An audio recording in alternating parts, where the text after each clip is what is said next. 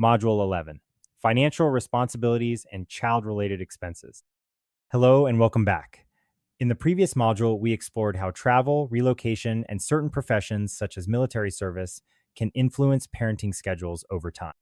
In this module, we will look at another layer of many parenting plans, financial responsibilities related to the child. Money systems rarely stay the same over time. Careers evolve, income changes, life circumstances shift. Because parenting plans often exist for many years, the financial reality of one or both parents may look very different from the day the agreement was first created. For that reason, it can be helpful to view financial responsibilities not as a fixed agreement, but as a part of the overall co-parenting system that may require awareness and adjustment over time. Raising a child involves many different types of expenses. Some are predictable, such as school supplies, clothing, and routine activities. Others may arise unexpectedly, such as medical visits, school programs, or travel connected to extracurricular activities. Because a child moves between two households, parents sometimes need a way to coordinate around these financial realities as they arise. It is helpful to begin with an important distinction.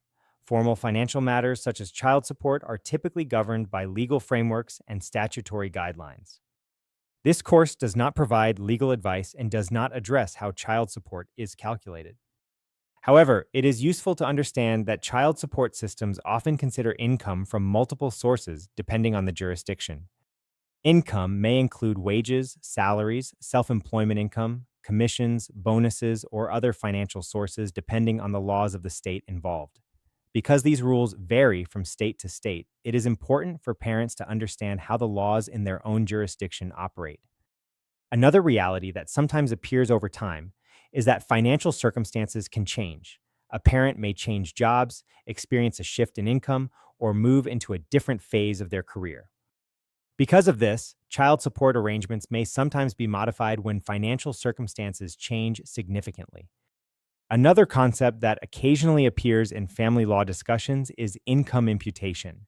In general terms, this refers to situations where a court may consider a parent's earning capacity rather than only their currently reported income in certain circumstances.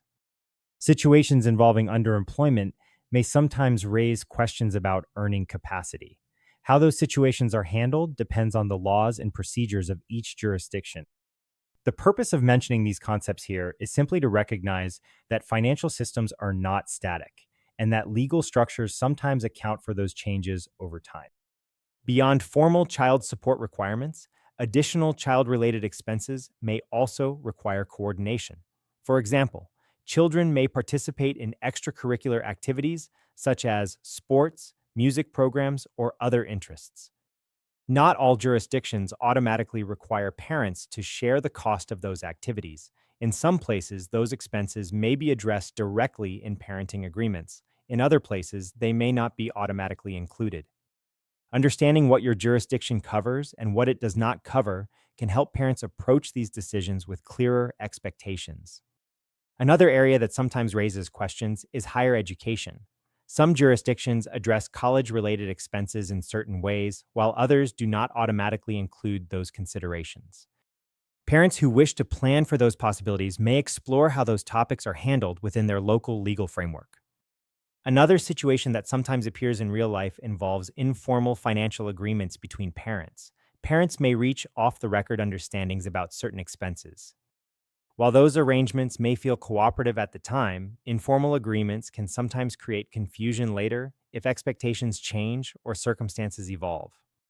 For that reason, many families prefer to approach financial coordination in ways that are clearly understood by both parents. Healthcare expenses are another area that may require coordination. Medical visits, dental care, counseling services, or prescriptions may involve costs beyond routine care. Clear communication between households can help ensure those needs are addressed efficiently. School-related costs can also arise throughout the year. Field trips, academic programs, school materials, and other educational needs may require coordination between parents. The purpose of discussing financial considerations in this course is not to attempt to predict every possible expense. That would be nearly impossible. Instead, the goal is to recognize that financial coordination is another layer of the co-parenting system. Within the Ironclad Parenting Plan framework, schedules define where the child will be, decision making provisions address important choices, communication systems allow information to move between households, and financial coordination helps ensure the child's practical needs can be addressed without unnecessary confusion. Before moving on to the next module, take a moment to reflect on the financial structure between households. Have income levels changed over time? Are there recurring or unpredictable expenses that require coordination? And how are financial decisions currently communicated between parents? If those answers are unclear, that may be a signal that additional considerations could be helpful. In the next module, we will explore another factor that can influence co parenting dynamics over time: the role of third parties such as extended family members, significant others, and new spouses. See you in the next module.